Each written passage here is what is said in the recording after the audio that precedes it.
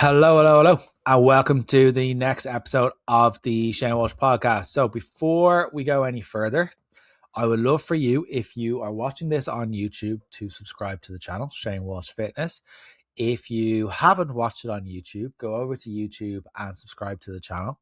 And if you are pure sound and you really want to subscribe to the channel and support the channel, please feel free to do so. Shane Walsh Fitness. So today's episode is based off something I hear a lot, which is I've tried everything, but nothing's worked.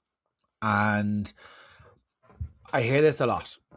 And I think a lot of people have kind of said this. I'm saying this from a place of caring rather from a place of judgment. I think judgment won't work when it kind of comes to this. So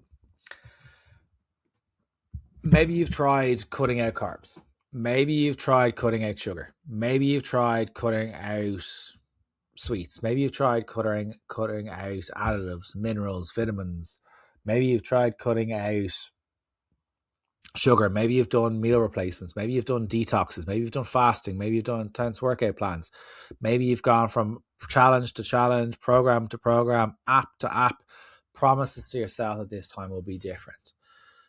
And you're listening to this on a Monday thinking that the diet starts again on Monday, feeling frustrated, feeling defeated, wondering, why can't I stick to anything?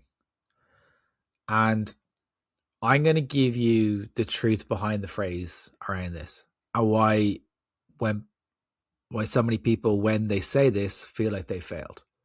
And it would be normal to feel like they failed because you're talking in absolutes of, I have failed everything. Because I think it's a big sentence of, it isn't, but what if the problem isn't that you haven't tried everything? What if the problem isn't you haven't tried hard enough? What happens if the problem is that you're trying solutions that were never going to last long term?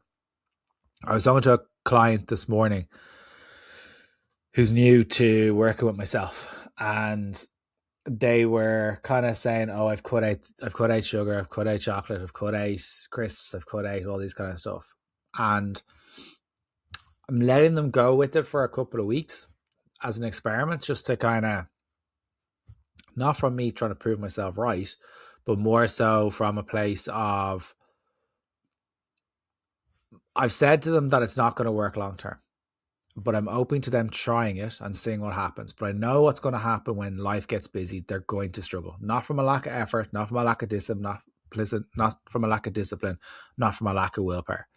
Because when someone says that the weight, when I'm trying to lose weight, I've tried everything, is they're not usually talking about a lack of effort. They're talking about years of effort. And they're talking about the frustration of losing 10 pounds, 20 pounds, and maybe even a hell of a lot more, and watching it come back on slowly or quickly. They're talking about feeling like they have to start over every single Monday, 52 times in a year. They're talking about the mental exhaustion, the mental gymnastics, constantly thinking about food, their body, and the next plan they're going to follow. And I want to say something really, really important to you right now. Trying many diets does not mean you failed many times. Trying many diets does not mean you failed many times. It may mean the approaches or the coaches failed to address the real reasons why you struggled to maintain the results. It's easy to lose 5, 10, 15, 20 pounds. It's harder to keep it off. So maybe if you look at the approaches that you've taken without that emotional judgment of kicking yourself in the shin and saying to yourself, maybe the real reason I've struggled to maintain these results because the approach wasn't the right one. It involved too big a step count. I know there's challenges out there that just focus on 20,000 steps a day that are on 1,200 calories. I know that there's people calling toning workouts and other people are in challenges for financial rewards when they're kind of, where a coach gets you in for a financial reward with almost like the biggest loser idea behind it. And the problem with most diet attempts that are out there, most diets are built around one question: how can we get the weight off quickly and the quickest? But I believe that one question that most people actually need to ask is, how do I create a way of living that I continue to do this when life gets difficult? Because it's not that you lack discipline or lack of willpower, because losing weight when life is perfect is not the challenge. Because I actually prefer, in a weird way, when clients have stuff coming up in the first couple of weeks of working together. Whether they've got trips away, weekends away, hens away, whatever it might be. A kid gets sick, they're traveling, they're celebrating, they're stressed, whatever it might be. Because that's going to show me where realistically that person's at and where the work is. It's not going to be if that they overeat and implode and don't reset on the Monday that they get given out to. It's more so it's showing me that the mindset is the all or nothing mindset, and that we know that that's where the work is. And we know that that's where we improve, or that's where we tweak the improvement. And many diets work in the short term because they create these rules. If I count calories, I feel in control. If I don't count calories, I feel out of control. There's a strict set of rules that you've set for yourself. But if you tell yourself you can't have something often enough, it puts it up on a pedestal. Restriction leads to cravings. Cravings leads to overeating.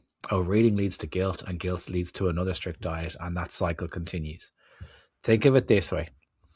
If I tell you not to press the big red button right now, what do you want to do? That's what you are telling yourself every single Monday, every time you start off on a diet. And it's not an ability issue at all. It's the approach is the issue. You've been led to believe for years that cutting things out, sure, you will lose weight by cutting out carbohydrates. Sure, you'll lose weight by cutting out insert any other food group.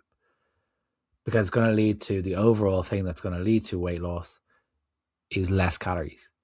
But it's making you feel out of control. And as long as you feel out of control, there will always be that judgment piece, which will always lead to overeating, which will always lead to more cravings, which will always lead to more overeating. So you can see that cycle starts again. And the hidden pattern behind yo-yo dieting that a lot of people don't talk about is that a lot of people believe that's a lack of discipline. That's the issue. But often the real problem is they've learned a pattern. I have to be perfect to succeed. So they follow this plan perfectly, thinking a meal plan from someone that they've ChatGPT'd will solve the problem. They eat exactly what they're supposed to eat. They exercise every day. They feel calm. They feel in control. Then life happens. They get injured or whatever it might be. They miss a workout. They eat something they weren't allowed to eat because they had a bad day. And then suddenly that thought becomes, fuck it, I ruined everything. That one decision turns into a week. It turns into a month and sometimes years of giving up. The goal isn't perfection. The goal is good enough. The goal is learning how to reset because we all have that skill set. But it's just using it that little bit more often. It's not that you can't do it. It's that the emotional heightened awareness of I have messed this up is so strong in the moment that we can't see or are unable to use the tools for delayed gratification in order to just go, right, I'm going to get back into my routine with my eating. It takes practice. It takes practice without judgment. It takes self-awareness without judgment. What you may not have tried is maybe a few things. Maybe you may not have tried eating enough. That could be a big feedback for you. Most people try to survive on little as calories as possible in the hope that weight loss will happen. Sure, it will happen, but what happens when a weekend comes across and what happens in the evenings where you're not eating enough and then all of a sudden you're like the cookie monster.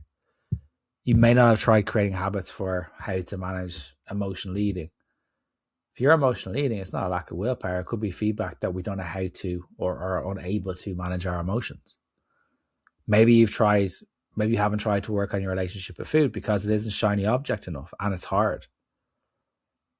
Because all we're looking for and all we've been taught is in slimming clubs or whatever it might be is this whole piece of the weighing scales is the be all and end all. But improving your relationship with food doesn't have as shiny metrics as possible.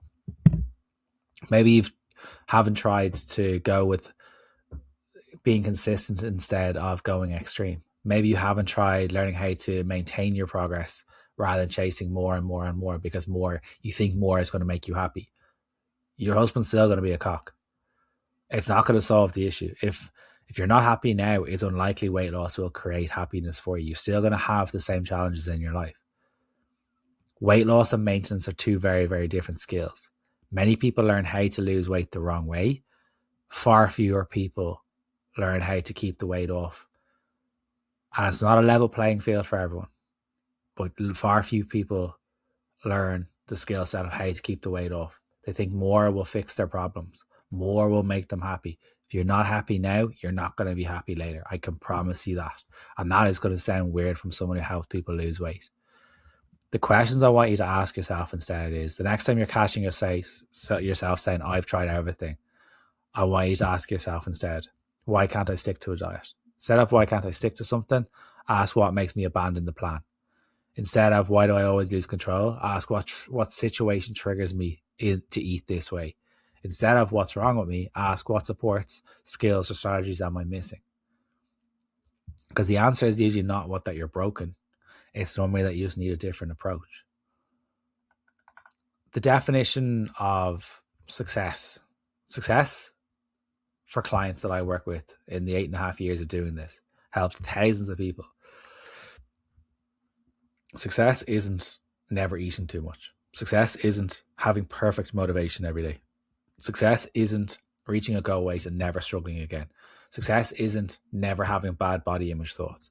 Success is being able to have a difficult day without turning it into food all the time. Success is trusting yourself around food. Success is being able to go out for ice cream with your kids. Success is knowing how to get back into routine without judging yourself and being a cock to yourself. Success is about building a lifestyle that you don't need to learn how to escape from.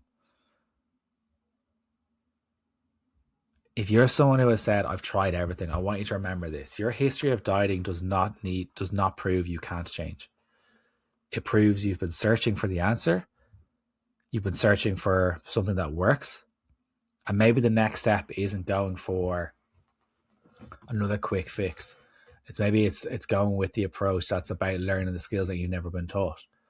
Maybe it's learning the goals maybe it's learning how to follow something that isn't the perfect plan. Because the goal shouldn't be to be perfect. The goal is to how to live your life and do this long term.